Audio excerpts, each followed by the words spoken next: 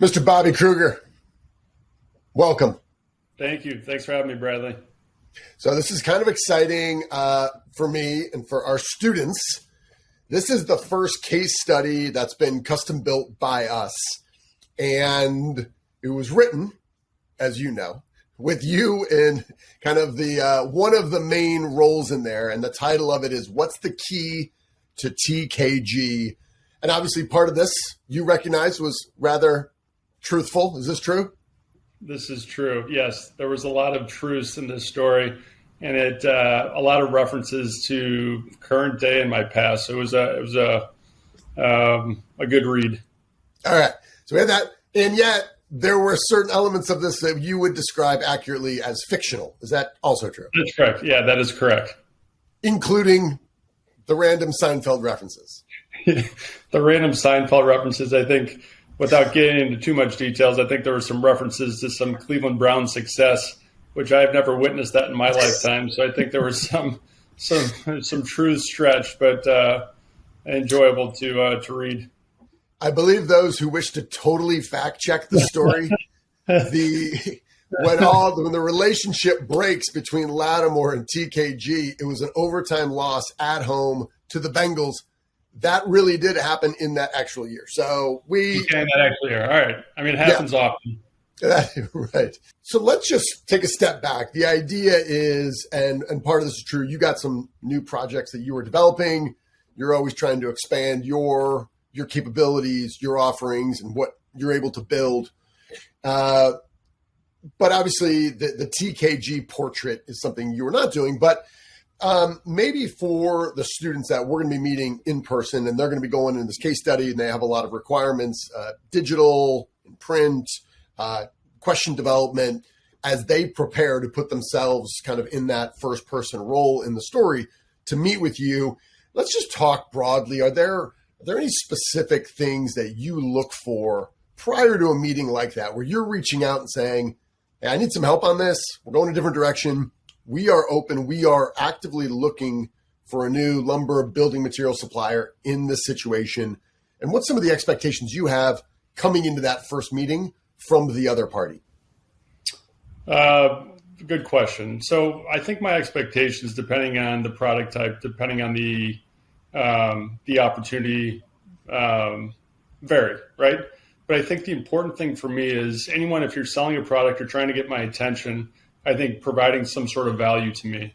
I think the value can be whether it's an offering. I know we've had conversations in the past where there's companies that could do cabinets, countertops, tiles, so they can provide a service.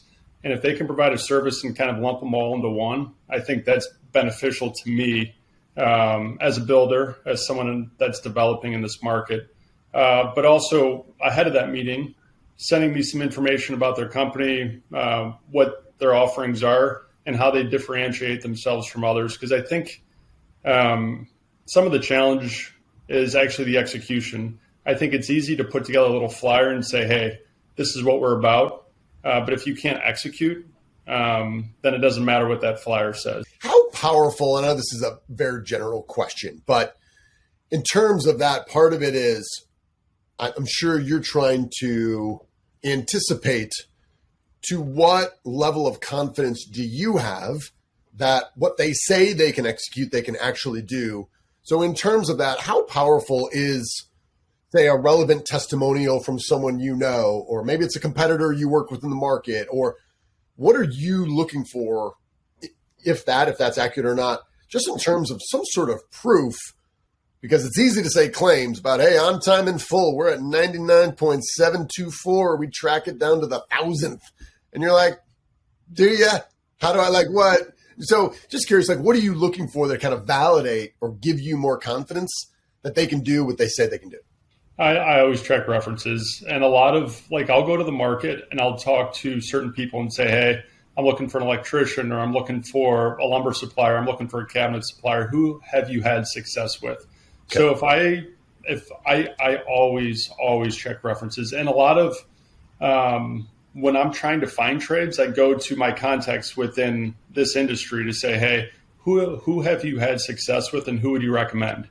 And I trust that feedback, because as business owners, if you talk to other business owners, they are dealing with the same, I guess, struggles, if you will, but they're also trying to find those strategic partnerships. So always check references, always ask.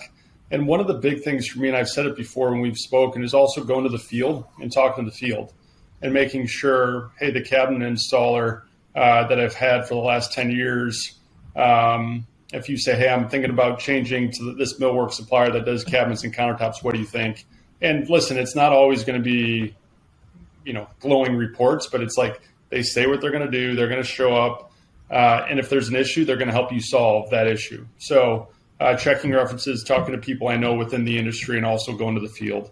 I think those are important for me to validate, who I'm going to take on. Yeah.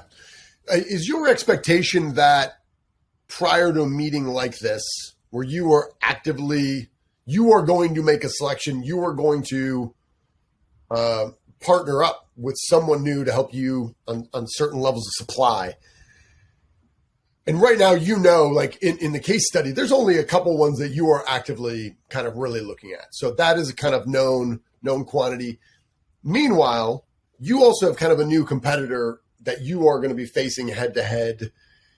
Sometimes we'll talk to sales folks and they'd say, listen, if I'm meeting with Mr. Krueger, yeah, I have some opinions, or maybe we've serviced, in this case, Watley Homes.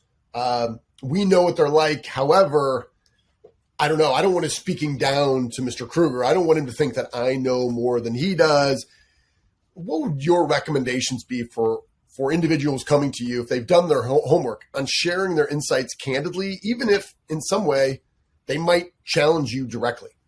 It's not what you say, it's how you say it. So I think it's reading the room, understanding whoever you're sitting across the table from, how to read them and how to communicate to them.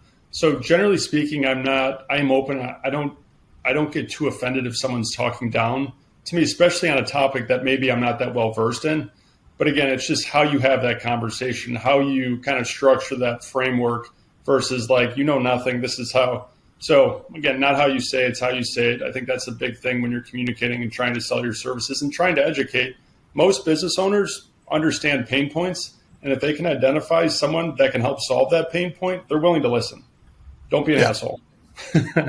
Always a good rule, which I can't say I've always followed, but I try to. Don't be an a-hole. The no a-hole rule. By the way, a really good book. You wouldn't think that somebody could write a decent book about how not to be an a-hole in the workplace in like 300 pages. But that's Is that Mark Madsen?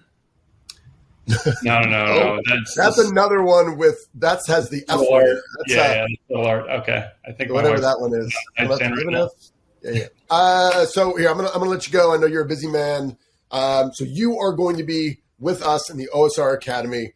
Now, I will tell the students, you know this already, having read part about your life, which was very accurate, other parts that was totally made up. We left some Easter eggs in there for the students. So when they're doing the online analysis and review, when they're looking at Bobby Krueger, when they're looking at the Krueger Group's website, when they're visiting your LinkedIn profile. By the way, just a heads up, you see a whole bunch of randos that have been crashing your LinkedIn profile. Don't worry. That's probably just us. And then what we're going to be doing is getting together, and they should be prepared to ask you questions. And on the stuff that is both real and fictional, you will have strong opinions on it at that point. So we're excited to kind of have you with us. And again, I know you got a lot of stuff going on. So, but that's going to be fun, and that's going to be coming up here just in a couple weeks. So that's it. Any other just general advice for people who are furiously working in the background, preparing to meet with you and your team? Any other kind of solid advice, either on what that would fall into maybe what to do or maybe what not to do that we haven't covered? I mean, I think there's strong headwinds out there, especially in the market that we're in. So my advice always is to rely on what got you here, to make sure you have a good support system in terms of your sales, your partnerships, and always align yourself with the people, because I think tough situations will come and go, but, having those good relationships are going to see you through these times. So I don't know if that's the exact advice you're looking for, but I think it's important, when you're selling products in an inflationary environment where a lot of things have been paused, it can be tough. And I think people in that moment probably rely on what they've done in the past, and what they've done in the past doesn't always mean it's going to work in the future. So just stay with it and get shit done.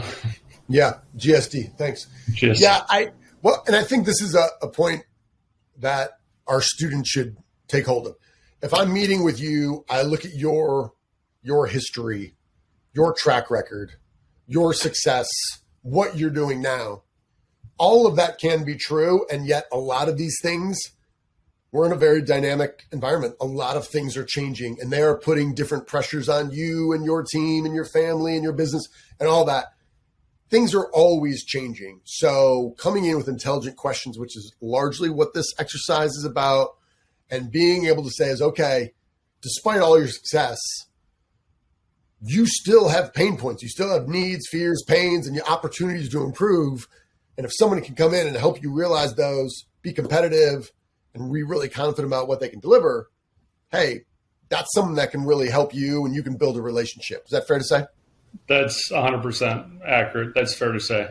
Because I think just with those partnerships and those relationships, I think that's what's going to see you through these times.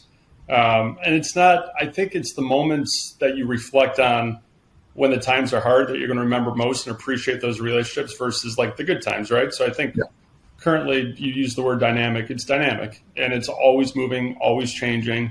But you just got to keep a level head. You got to align yourself with the right people, and one day at a time. All right, man.